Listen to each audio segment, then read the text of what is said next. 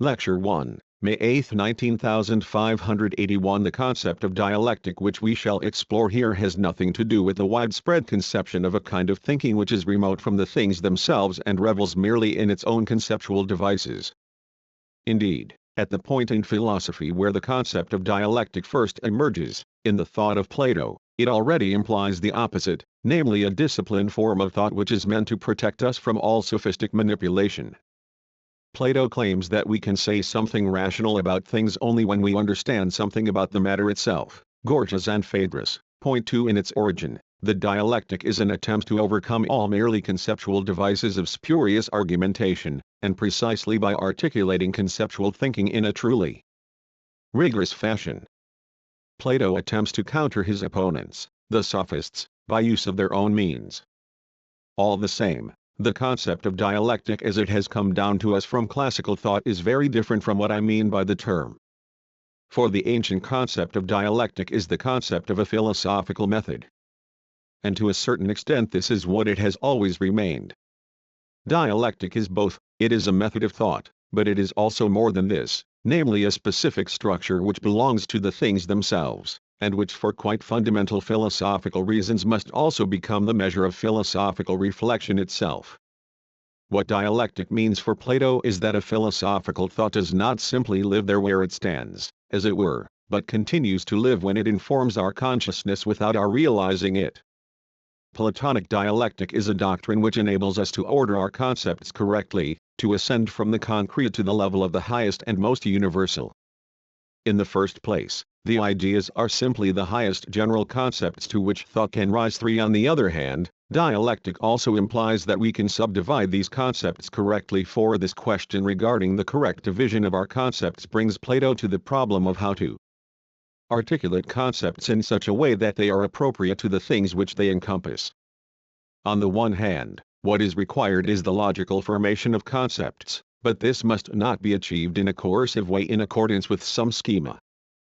Rather, the concepts must be formed in a way that is appropriate to the thing in question.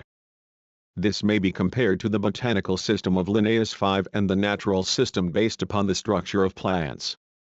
The old traditional concept of dialectic was essentially a method for organizing concepts.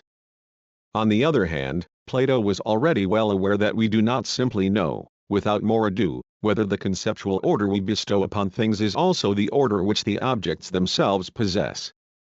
Plato and Aristotle emphasized the importance of framing our concepts in accordance with nature, so that these concepts might properly express what it is they grasp.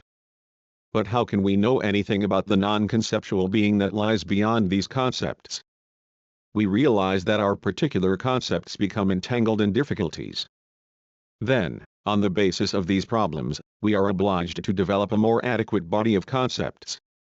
This is the fundamental experience of dialectic, the way our concepts are driven on in the encounter with what they express. We must try and compare whether what is given corresponds to the relevant concepts or not. The dialectic is indeed a method which refers to the process of thinking, but it also differs from other methods insofar as it constantly strives not to stand still, constantly corrects itself in the presence of the things themselves. We could define dialectic as a kind of thinking which does not content itself merely with the order of concepts but, rather, undertakes to correct the conceptual order by reference to the being of the objects themselves. The vital nerve of dialectical thinking lies here, in this moment of opposition. Dialectic is the reverse of what it is generally taken to be. Rather than being simply an elaborate conceptual technique, it is the attempt to overcome all merely conceptual manipulation, to sustain at every level the tension between thought and what it would comprehend. Dialectic is the method of thinking which is not merely a method, but the attempt to overcome the merely arbitrary character of method and to admit into the concept that which is not itself concept. On the issue of exaggeration 6, it is claimed that truth must always represent the simpler or primitive level, while what is more remote can only be a further arbitrary addition. This view assumes that the world is the same as the facade it presents. Philosophy should fundamentally contest this idea. The kind of thinking which shuns the effort to overcome inveterate ideas is nothing but the mere reproduction of what we say and think without more ado. Philosophy should help us to avoid becoming stupid. In a conversation with Goethe, Hegel once described dialectic as the organized spirit of contradiction. 7 Every thought which breaches the facade, or the necessary illusion which is ideology, is an exaggeration. The tendency of dialectic to move to extremes serves today precisely to resist the enormous pressure which is exerted upon us from without.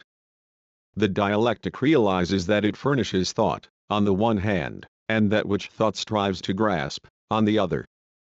Dialectical thought is not merely intellectualist in character, since it is precisely thought's attempt to recognize its limitations by recourse to the matter itself. How does thought succeed within its own thought determinations in doing justice to the matter? In the Phenomenology, Hegel claims that immediacy returns at every level of the movement which thought undergoes. Again and again thought encounters a certain opposition, encounters what can be called nature. An introduction to the dialectic can only be pursued in constant confrontation with the problem of positivism. Such an introduction cannot proceed as if the criteria of positivism had not been developed. On the contrary, we must attempt to measure them against themselves and thereby move beyond their own concept. Positivism is not a worldview but, rather, an element of dialectic. Lecture 2, May 13, 1958. Ladies and gentlemen, one last time, I attempted to introduce you to a problem or difficulty which it is important to grasp right at the beginning if we wish to work our way towards the concept of the dialectic. And the difficulty is this: on the one hand, the dialectic is a method of thinking. On the other hand, it is an attempt to do justice to some determination, quality, or feature of the matter in question. Hegel captured this in the preface to his Phenomenology of Spirit, when he spoke expressly of the movement of the concept, to where concept has just this double sense. On the one hand, it is the concept which we bring to things, that is to say, the methodically practiced manner in which we grasp the relevant conceptual moments, yet, on the other hand, it is also the life of the matter itself. For in Hegel, as you will discover, the concept of a thing is not something which has merely been abstracted from things. Rather, it is that which constitutes the essence of the thing itself. The difficulty of approaching the concept of dialectic in the first place, the difficulty, especially for those unfamiliar with this field, of framing any idea or conception of what this is supposed to mean, lies at the very point which I have already indicated to you, in the fact that it looks as though, on the one hand, we are talking about a procedure of thought which can be learned while, on the other hand, we are also talking about something which unfolds in the thing itself. Thus you will hear talk of the dialectical method as a procedure for explicating an object in accordance with the necessary movement of its contradictions. But then you will also hear talk of a real dialectic, to use an expression which has become rather popular, especially since Hermann Wien, namely a dialectic which unfolds in the thing itself, which is supposed to move in contradictions in accordance with its own concept. When you hear it expressed in this way, you will probably immediately think, as an inevitable logical consequence, that a kind of identity between thought and being must be assumed if we are to grasp this concept of dialectic in the double sense which I have attempted to point out to you. That is to say, it is only if thought, as represented by the method, and the object of thought, the thing itself which is supposedly expressed by the dialectic, are ultimately and properly speaking the same that we can meaningfully speak of dialectic in this double sense, at least if we are not simply to court confusion by using the same word to describe two quite different things. We might really be dealing with a case of simple equivocation here, that is, with the possibility that the word dialectic is being used now to describe a particular method of thought, a particular way of presenting something, just as Marx, in what is perhaps a rather unfortunate passage, once characterized the dialectic simply as a particular form of presentation,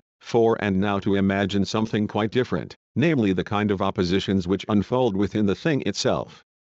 I believe it is most important, if we are to develop any serious concept of dialectic, that you should be very clear from the outset that the latter cannot be regarded either merely as a method, for then it would be nothing but what we described in the preceding session as the older dialectic of ancient philosophy, simply a theory regarding the procedure of thought, or merely as a way of identifying oppositions which are empirically discovered in things themselves, for then the dialectic would fail to reveal that compulsion, that power of the whole, which is what actually enables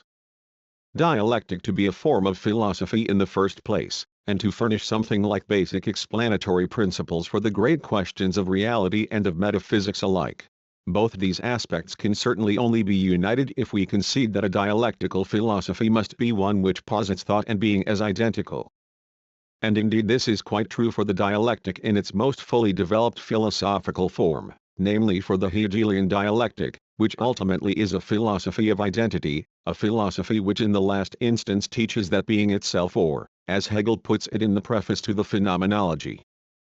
of Spirit, that truth is subject 5. Now I have already introduced you to a really serious problem which lies at the heart of dialectical philosophy itself.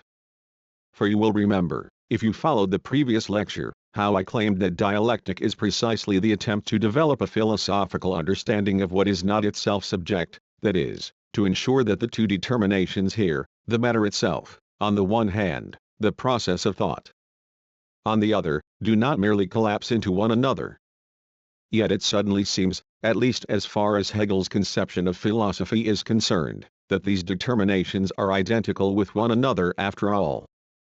The supreme contradiction with which you are confronted here, on the one hand, that dialectic is the attempt to think non-identity, that is, the attempt to acknowledge in thought the opposed moments which are not simply exhausted in thought, and, on the other hand, that dialectic is only possible as a philosophy of identity, that is, a philosophy which posits thought and being in a radical sense as one. This contradiction already perfectly expresses the program which the dialectic in its idealist version, namely the Hegelian version, specifically posed for itself. For this form of thought expressly declared its program to be precisely that of uniting identity with non-identity, as this is expressed in its own language 6. Thus, while everything is indeed to be taken up into thought, thought must also be acknowledged as something which nonetheless differs from its object in every instant.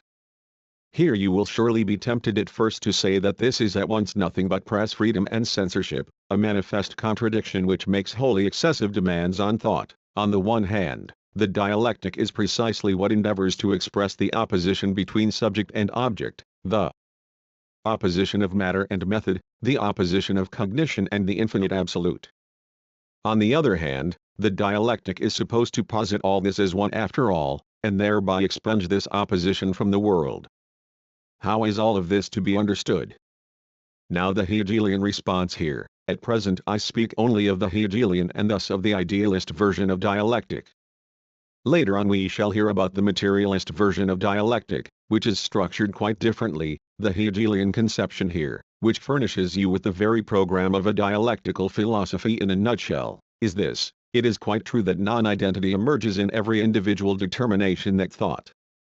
can articulate, and true therefore that thought and its object do not simply coincide with one another, but the entire range of the determinations to which thought can rise, or the totality of all the determinations articulated by philosophy, does produce this absolute identity within itself.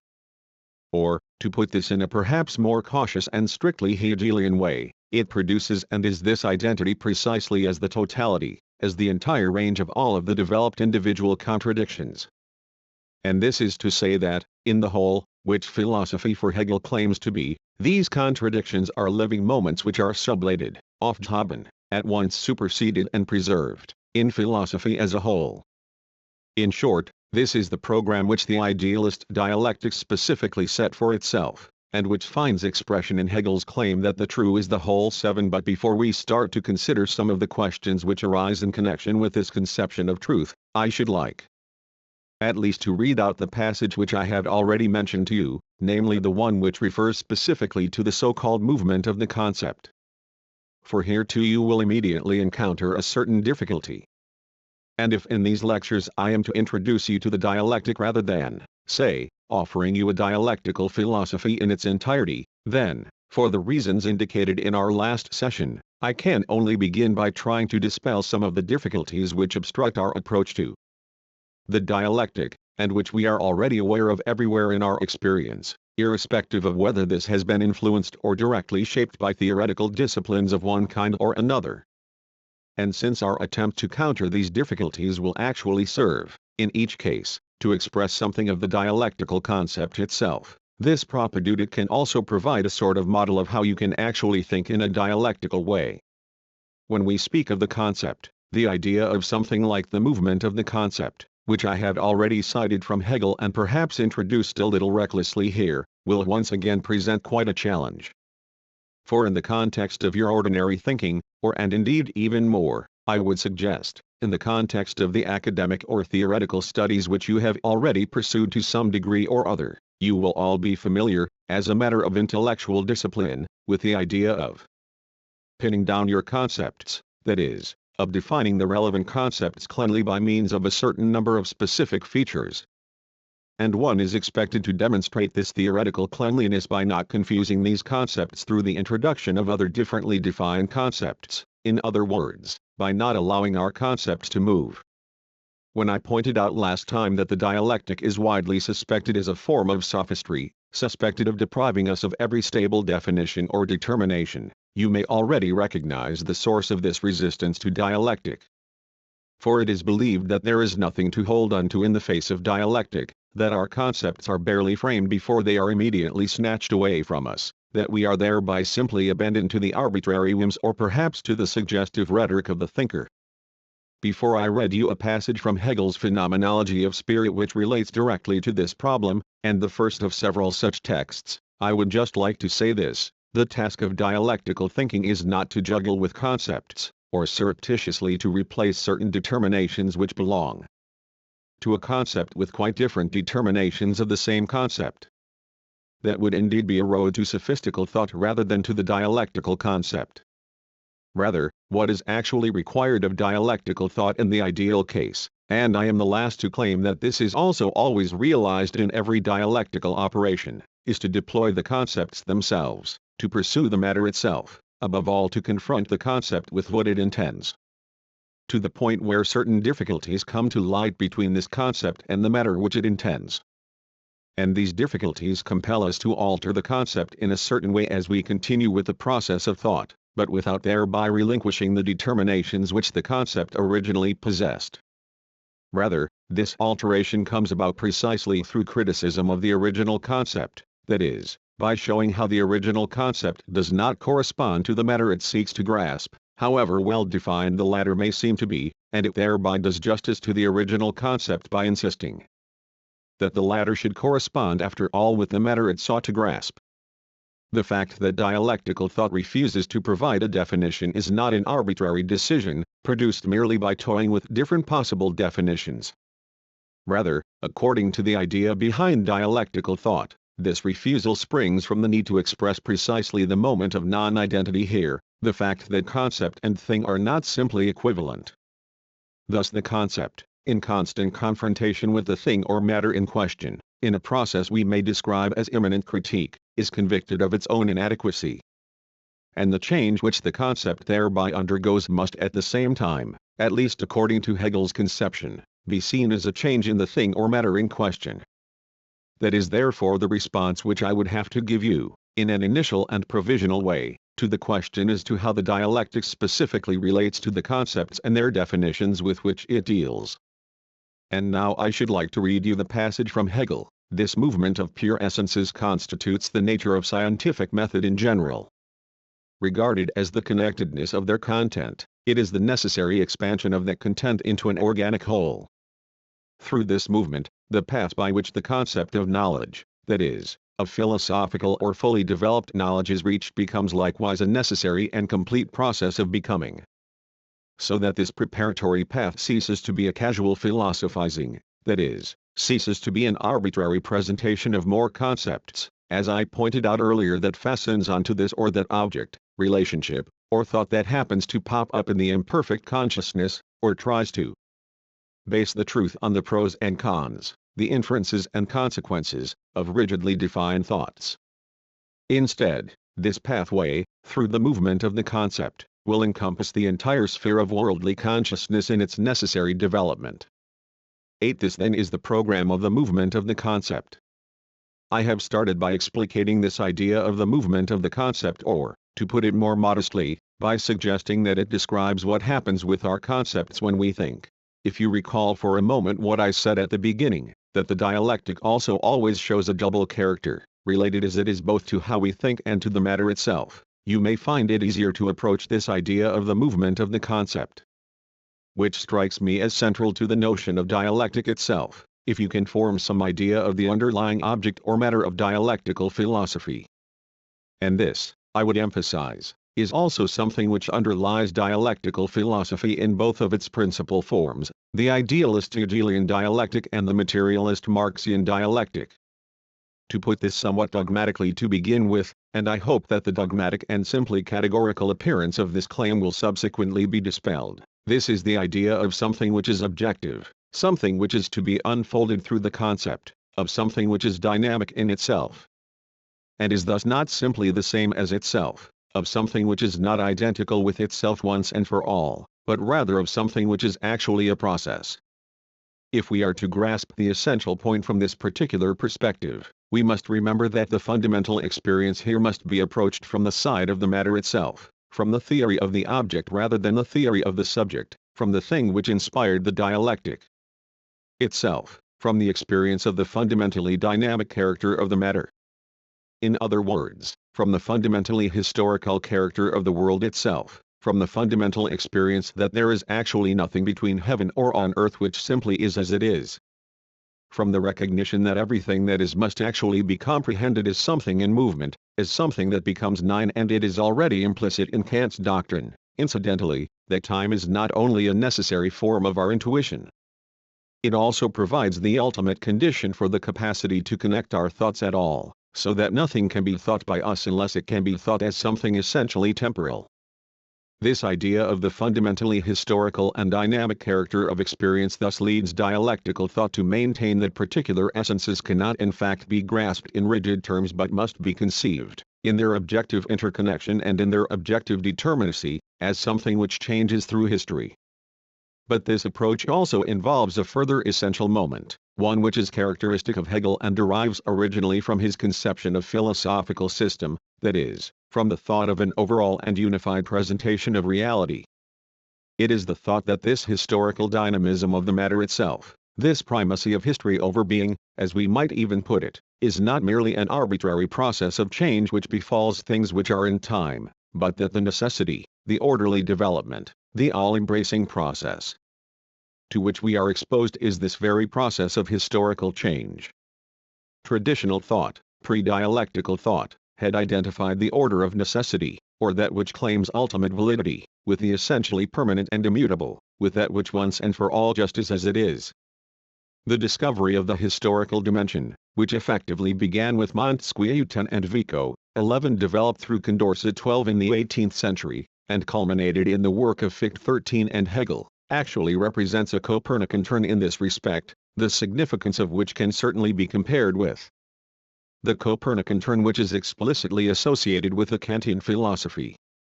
For it signifies that the necessity we have been talking about is not properly to be sought where things remain identical with themselves and one another. Rather, this necessity resides in the great laws of development through which the self-identical becomes something other or different from itself, and finally something which is internally self-contradictory. Thus we may consider an experience which is very close to all of us, namely that our individual fate depends fundamentally and decisively upon the major historical and dynamic tendencies in which as individual human subjects we constantly and repeatedly find ourselves caught up. And it is this experience, that the law of our existence should be understood as the historical movement of our epoch and of all epochs rather than as some so-called fundamental determinacy of being which is the impulse that actually springs from the matter itself, and which belongs from the start to something like the concept of dialectic itself. And if you really try and make the dialectic your own, as I strongly encourage you to do, that is, if you try to reproduce and produce afresh, out of your own experience the motivations which ultimately give rise to dialectical thought, then it is precisely here, I believe, that you will discover what the law, what the objectivity we have been talking about, actually means, and how what actually determines our acting and thinking over and beyond our mere individuality, how what is historical is far more than what we merely are, more than what we conceive ourselves once and for all to be. At this point Hegel has reversed everything, as it were, and this is a characteristic moment we find in his dialectic, and even more perhaps in the materialist dialectic, what appeared to traditional thought to be absolutely stable and secure, to be a fixed and ahistorical self-identical truth, now itself appears as a distorted historical image, namely as an expression of petrified relations which seek to perpetuate themselves, the very nature of which is to perpetuate themselves, and which have now basically lost a living relationship to the subject, which are reified, to use a crucial term from this philosophy. Thus the fixed and immutable character which strikes ordinary or undialectical thought as the very mark of truth already appears to this philosophy, and this holds for both forms of the dialectic, as a phenomenon of petrifaction, so to speak, as something which philosophy is expressly called upon to dissolve. For this is a hypostasis, where some finite finished thing is made into an absolute and falsely posited as the ultimate ground, as if it were the truth in itself. The struggle against the reification of the world, against the conventionalization of the world, where what is ossified or frozen, where something which has arisen historically now appears as if it were something simply given in itself, something binding on us once and for all, this is what furnishes the polemical starting point for all dialectical thinking. It is also characteristic of dialectical thinking that it does not try and counter this reification by appeal to some principle or other, to another abstract or, if you like, equally reified principle, such as life for example. Rather, it seeks to overcome reification by grasping reification itself in its necessity, that is, by deriving the phenomena of petrifaction, of ossified institutional structures, of the alienation encountered in what confronts us as an alien and dominating power, from the historical concept, historical understood here in the emphatic sense of necessity which was captured by that expression I have tried to interpret for you, namely the movement of the concept, which seeks to unite historical necessity with insight into the matter itself. For to grasp a thing should really mean to grasp the historical necessity of a thing in all its stages. That is what you should have in mind when Hegel says that the movement of the concept allows us to renounce the sort of casual or arbitrary philosophizing which simply happens to fasten on these or those particular objects, relationships, or thoughts as the case may be. Such philosophy is not arbitrary precisely because it does not just leave the objects in question as they arbitrarily present themselves but, rather, attempts to derive them in their necessity, or, we could say, attempts to derive even this contingent and arbitrary appearance itself in its necessity. I think I have thus basically already indicated that the dialectic, insofar as it is a method, cannot be a way of securing one's own position in a discussion with others, although of course this is just what it is suspected of being. On the contrary, it is an attempt to bring out objective contradictions which lie in reality itself. If you recall for a moment the point about the historical character of objectivity, we can see that this historicality of objectivity means that the objects in question are not inert in themselves but rather dynamic. And where real history is concerned, this dynamic character signifies that history is broken or dirempted, that it unfolds through contradictions, and that we must explore these contradictions. But it is just on this account, and I think it is not without importance to draw your attention to the point, that the dialectic stands from the first in the sharpest possible contrast to those philosophies of being which appear to be on the rise today, philosophies which effectively adopt an undialectical approach from the start. And I would warn you not to lose sight of this sharp and emphatic contrast just because some of the contemporary defenders of ontological thought believe that they can also somehow draw Hegel into their own sphere 14, but this generally amounts to nothing but a sort of ontologization of Hegel. In other words, they attempt to interpret that extremely radical conception of the historical character of truth itself as though we were dealing here with a specific interpretation of being. Yet dialectical philosophies, in both of the versions we have mentioned, show the conviction that they are not concerned simply with historicity, and do not rest content with a bare claim that being or truth are historical in character, but conclude from this that the task is precisely to pursue this historical character into all the concrete characteristics of objects. Thus the dialectic does not and cannot amount to some abstract assurance or worldview regarding the historicity of being or the historicity of truth. If dialectic wishes to grasp the philosophical concept from which it lives, then it must concretely attempt to reveal the historical meanings of the objects which it addresses. This also implies, we note in passing, that the usual distinction between philosophy on the one side, oriented to the universal, the eternal, and the permanent, and the particular positive sciences on the other is something that dialectical thought cannot accept. for philosophy discovers its own substance in the determinations of the concrete sciences which it undertakes to interpret, while the determinations of the sciences must appear a matter of indifference to philosophy unless they are illuminated by the concept and thus begin to speak. Here you may be able to grasp one of the most essential motivations for such dialectical thinking. In the division of labor between philosophy and the sciences which currently prevails, it really does effectively look as if, in spite of all assurances to the contrary, everything in which knowledge has its substance, everything with which it is really concerned, has been more or less abandoned to the individual sciences. The task of knowledge is thus constantly exposed to the danger of collapsing into the merely positive, of merely registering what is the case, without the question regarding the meaning of what has been registered, or indeed regarding the justification of what exists, even being raised. And then all that is left for philosophy really is the stalest and emptiest content of all, like the concept of being as such. 15. And while philosophy can produce as many mannequins as it likes, 16 can struggle as much as it likes to spin something truly concrete out of this abstract concept of being, it cannot actually succeed, since all of the determinations which philosophy introduces in order to develop a higher and superior conception of this supposedly enchanted word being still derive from the domain of beings, and thus of the historical, which is disdained by ontological philosophies with such pathos and misplaced arrogance. Dialectic is at once more and less modest in this regard. Dialectical thought does not claim that truth is eternal, or remains identical to itself, but endorses a concept of truth which has taken historical determinations up into itself. But, being more modest in this regard, it is in turn more immodest insofar as it fulfills itself in these material determinations and believes it can derive truly philosophical determinations precisely from such concrete objects. While the philosophies of being merely smuggle in these concrete determinations, taking them up from the whole domain of the empirical and the historical, they must at the same time deny them, proclaiming pure being instead. But dialectical philosophy, which cannot accept the opposition between pure being and merely historical existence, seeks to articulate its philosophical judgments precisely by reference to the determinations which derive from historical existence, seeks precisely to do justice to the latter.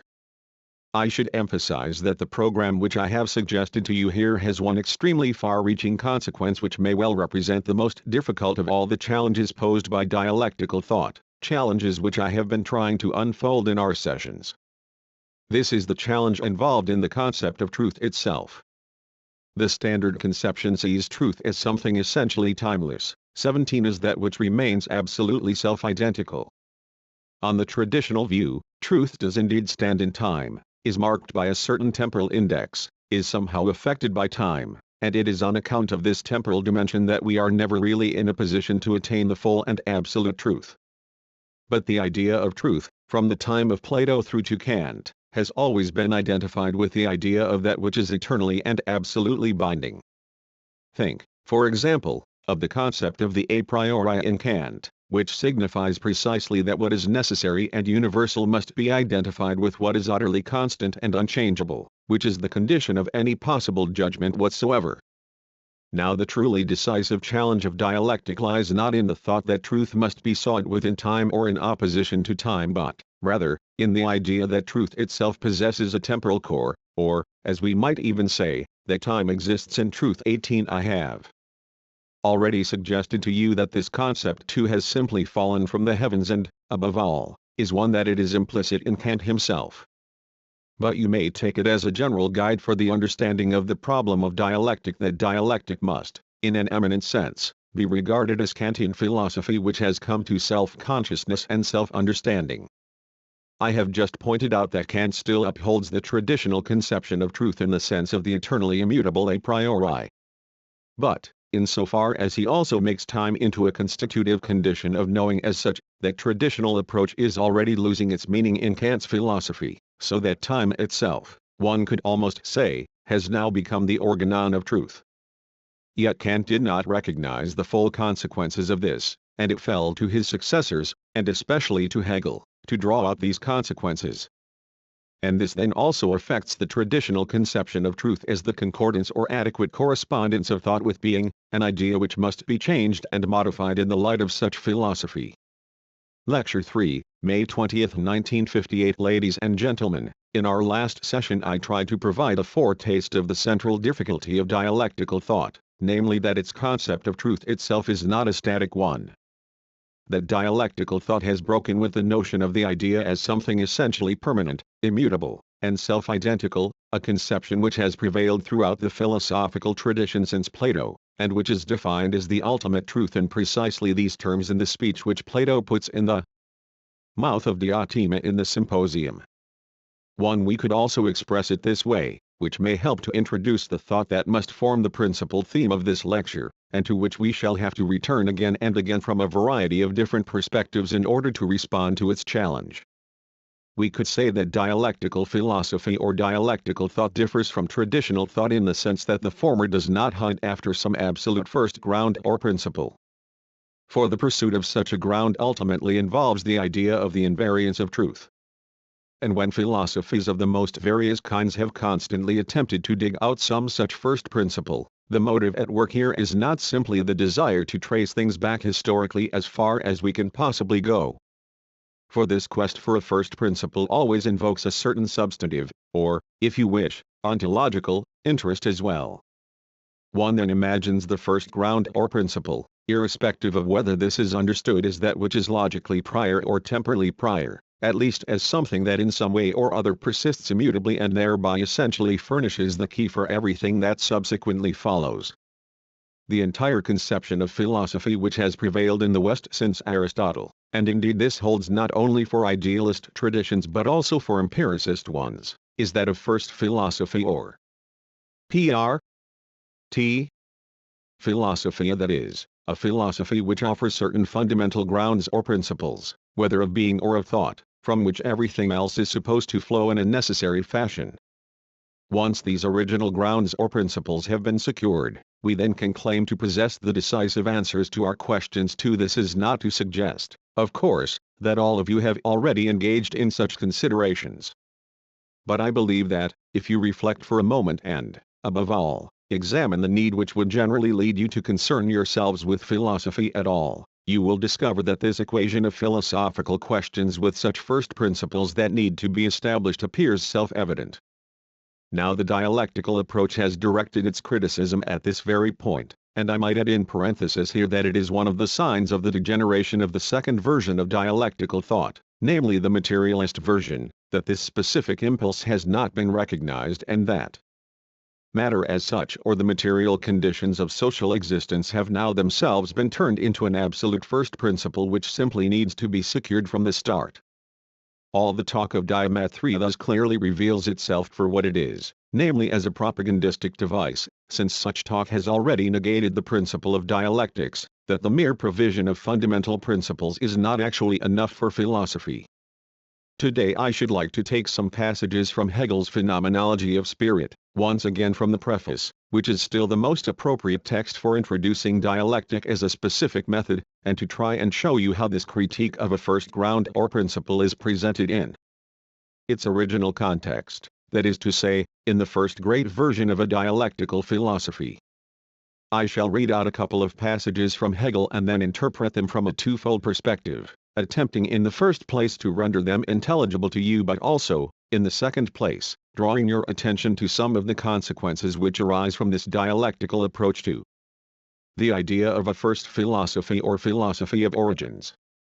Although I shall come back to this later on, I should point out right away, by way of qualification, that Hegel is an extraordinarily complex thinker in this regard, for, while he is the first one to offer a really radical critique of the concept of a first philosophy, there is a certain sense in which Hegel also upholds the claims of such a first philosophy, namely in the sense that he identifies the full development and articulation of the movement of the concept with such a first principle, and indeed frequently and expressly refers to Plato in this connection. Point 4. But we shall return to this question later. Here then is the relevant passage from the Phenomenology, which is also one of the most celebrated passages in all of Hegel's work, and one which can give you a certain idea of the essential character of dialectic. The true is the whole. But the whole is nothing other than the essence consummating itself through its development. of the absolute, which can here be equated with truth in the emphatic sense. It must be said that it is essentially a result, that only in the end is it what it truly is, and that precisely in this consists its nature.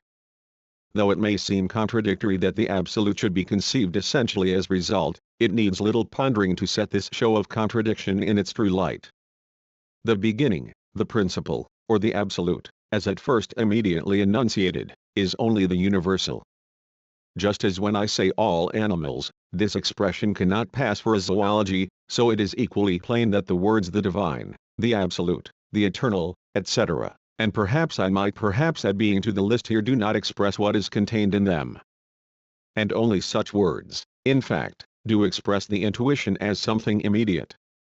Whatever is more than such a word, even the transition to a mere proposition, contains a becoming other that has to be taken back, or is a mediation. 5. Expressed in other words, the moment you take a word like the divine, the absolute, the eternal, a word by which you can understand absolutely everything, and indeed only when you do so does it fulfill that claim to absoluteness with which the word itself addresses you. The moment you explicate such a word through a sentence or proposition, when you say, for example, that the absolute is what remains immutably identical with itself, or the absolute is the identity of thought and being, in that moment you already qualify that which precisely signified everything and to which the pathos of such a word, its claim to absolute validity, effectively clings, and in doing so you alter the concept itself.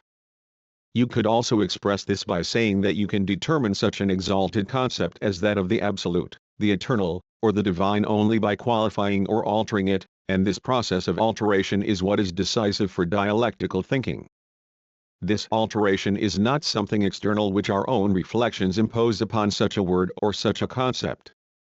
It is rather that such a word or a concept drives us, if we wish to comprehend it at all, that is, if we wish to give it any specific content, through which it first properly becomes a concept, drives us to qualify in the way that Hegel suggests.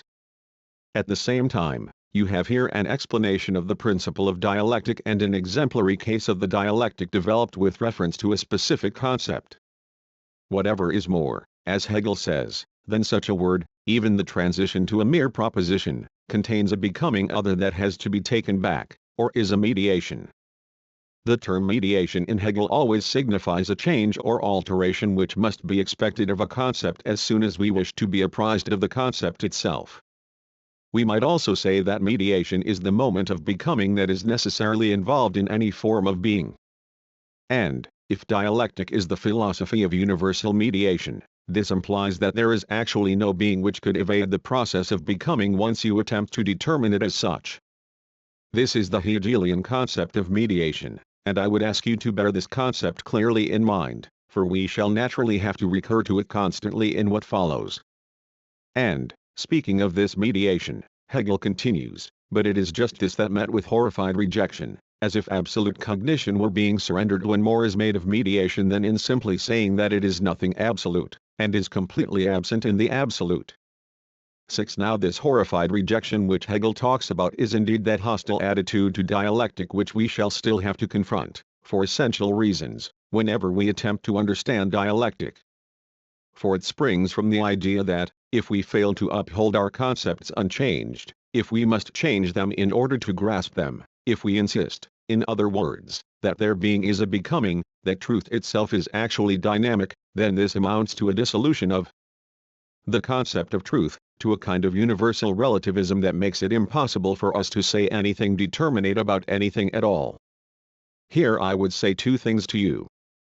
In the first place, you will already have noticed one thing about the insightful Hegelian example that I have just presented to you, the movement of the concept which we have considered here, the attempt to determine a concept such as the absolute, the eternal, the divine, and thereby qualify it with regard to what it actually claims, namely to be something unqualified, unconditioned, absolute. This movement of the concept is not some additional contribution of thought but is something required if you are to ascertain the significance of such a concept at all. That is to say, if you do not perform the operation which I have described, that is to say, if you do not go on to express a specific proposition concerning such a word, you cannot ascertain anything about it. It is then something meaningless. And since the word demands to be understood, if it is to possess its truth at all, this demand for change in the concept, for this other dimension which you add to it in the predicate, so that it becomes what as the subject term it is in itself. This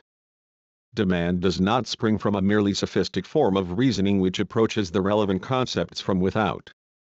It springs from the matter itself, if this matter is to be comprehended in its own right. But that means, and this compulsion is what essentially distinguishes dialectic from every form of merely external or sophistical reasoning, that the movement of the concept of which we have spoken is not some arbitrary alteration, manipulation or juggling of concepts, as many like to suppose, but something which arises of itself from the necessity of the matter. And in that sense it is the very opposite of the sophistical procedure which precisely fails to pursue the inner life of concepts, namely what they require, in and of themselves, if they are to be understood, but proceeds instead to ascribe different senses to the concepts in an arbitrary and external way. That is the first thing which I wanted to indicate here, at the very point where Hegel himself clearly recognized, as his reference to horrified rejection shows, where the real difficulty provoked by dialectic lies, and to suggest how we should respond to this rejection. For we have to see, to put this in rather drastic terms, that it is not we who bring concepts into movement. Dialectic is not the sort of thinking where we deploy concepts in very different senses in order to prove what we want to say. Arnold Gellin tells us, for example, in his work on Anthropology 7 that the human being requires discipline in order to survive at all and speaks of raising or education in this connection, arguing that human beings must specifically be raised if they are to survive the underdeveloped biological conditions of early childhood. But when he immediately goes on to insinuate the other meaning of training or discipline is practiced by a martinet, this second meaning of training is not the unfolding of a dialectical movement but is actually a sophism. 9 But when we say here that I must qualify a concept such as that of the eternal, the divine, or the absolute in order to grasp it all, to be able to think it, and then proceed to add something else through which it first becomes what it is, so that only through this change does it become what it is, that is a case of dialectical thinking, that is to say, a movement of the concept which is drawn from the matter itself, and not something subsequently imposed upon the latter by ourselves. The second thing which I wanted to point out to you takes us back to the very beginning of the passage from Hegel, namely to the claim that the true is the whole. These days, of course, there is so much talk of wholeness, and the expression wholeness is constantly trotted out by school teachers, who imagine when they speak of wholeness and inveigh against mechanistic and particularistic forms of thought that they have captured something of wonderful philosophical import. And thus I can only begin by warning you emphatically about the concept of wholeness which has now become so popular. Thus the task of philosophical education today, it seems to me, is to serve those who seriously desire such an education specifically by immunizing them against the countless philosophical slogans and ready-made concepts which swirl around us everywhere, and which people imagine can provide some kind of guide, norm, or meaningful orientation, while we refuse the trouble and effort involved in thinking these concepts through and subjecting them to due critical examination. This kind of wholeness, this kind of organic unity, something basically unarticulated which has simply come together spontaneously and is seen as inimical to the conceptual domain and to analytical thought generally, this is not actually what Hegel means when he speaks of the whole. When Hegel makes the famous claim that the true is the whole, a claim, moreover, which I have felt compelled for crucial reasons to criticize, although I do not wish to pursue this yet at this stage in our reflections. 10. When Hegel defends this position, what he basically means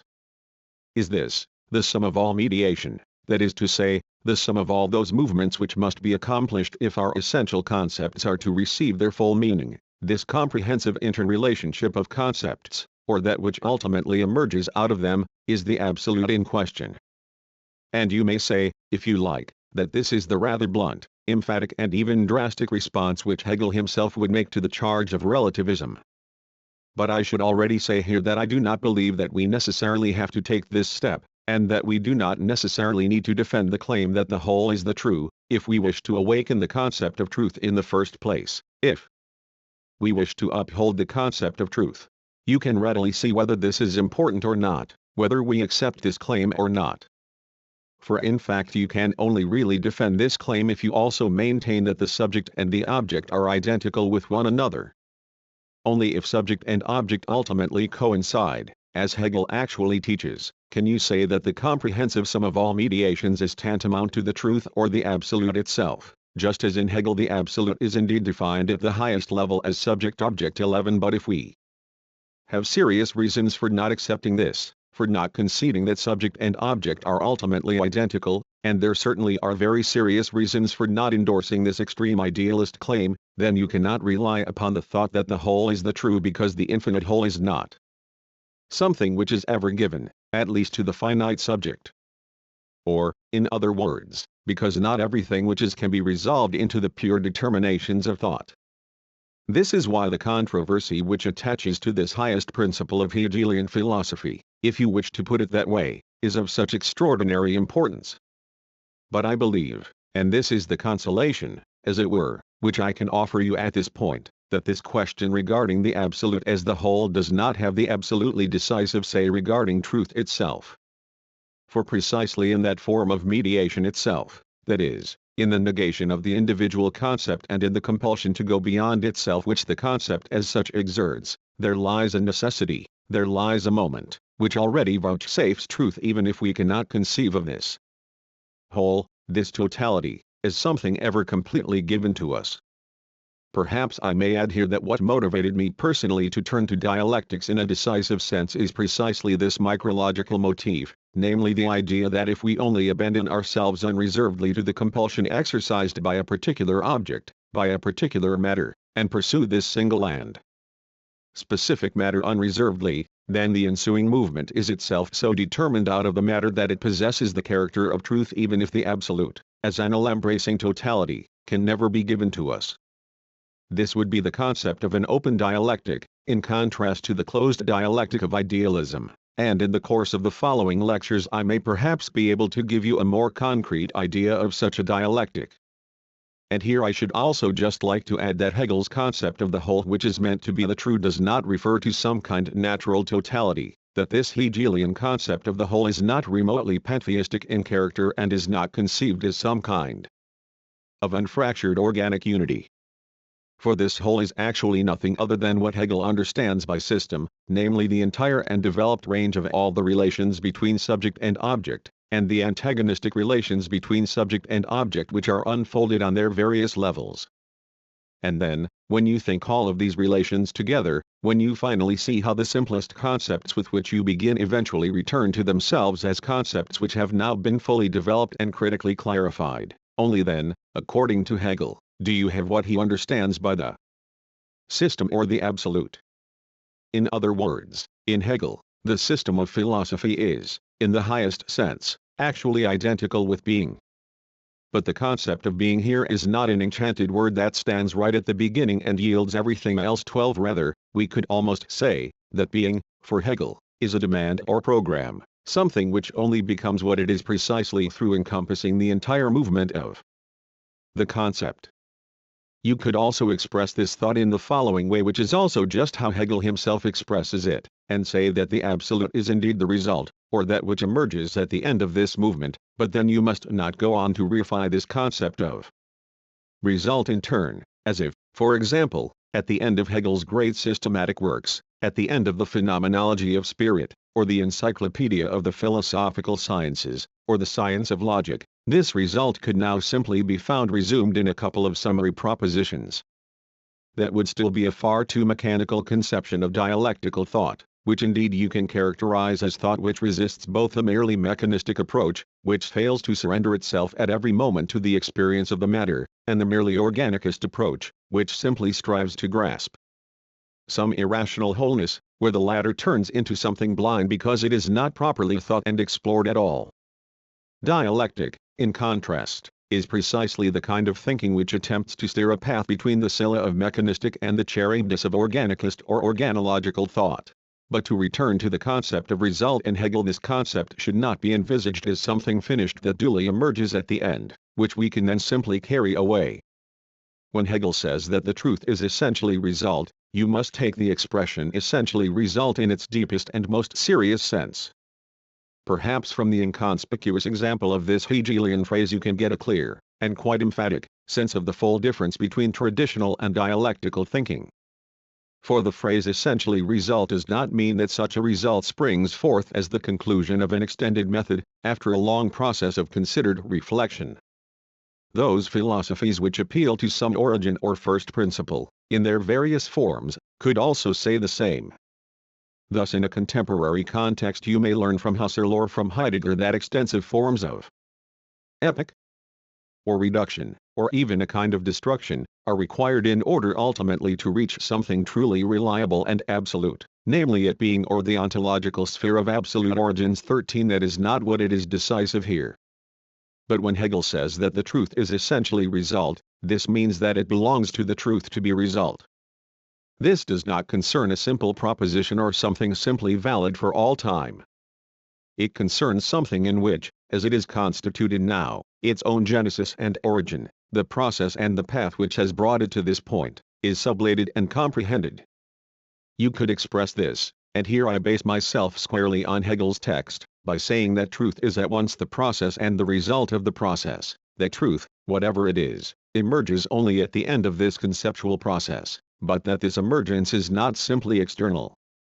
to this process, that the process is sublated in this result, that the whole process itself belongs essentially to this truth, and is no mere propedeutic that could then simply be detached from the result which you have now finally discovered and acquired. What the whole really means for Hegel, if I may try again to make this difficult concept a little clearer to you, is quite simply that truth does not consist in defining some concept in isolation, treating it in isolation as if it were a mere sector, but rather by taking it in relation to the totality in which it stands. Those of you who are studying the sciences of society can form a really emphatic idea of this whenever you try and understand any specific social sectors, in the sociology of business, for example, any specific relations which prevail within a particular factory or within a particular branch of industry. Then you will soon encounter all of the determinations which have already emerged for you here and now, even though in reality they are not simply grounded in the particular place, the particular site, or the particular branch of industry which is the focus of investigation.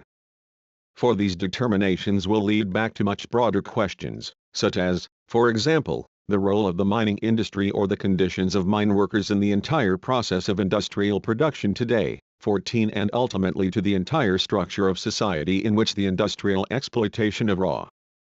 materials is involved today. It is only if you reflect upon the whole that you will also be able to understand the individual aspect properly. Thus it is necessary to grasp individual phenomena precisely in their particular character, though without simply arresting our thought at this point, and also to extrapolate from these phenomena, that is, to understand them within the totality from which they first receive their meaning and determination. This is the most essential insight which is involved in Hegel's claim that the whole is the true. And I believe that, among the most important reasons which may lead us to develop a dialectical conception of knowing in contrast to a purely positivist approach to scientific knowledge, this insight must take pride of place. But we must add that such recourse to the whole certainly cannot be an unmediated one. I shall also try and clarify this for you. For it is indeed entirely possible that one may try and explain certain social phenomena in a quite arbitrary and, let us say, external manner, simply by proclaiming, well, of course, that springs straight from the structure of capitalist society, or that derives from the level of productive forces or from certain things of this kind, but without showing how the necessity for this transition to the totality is actually involved in the specific character of the individual phenomenon under investigation.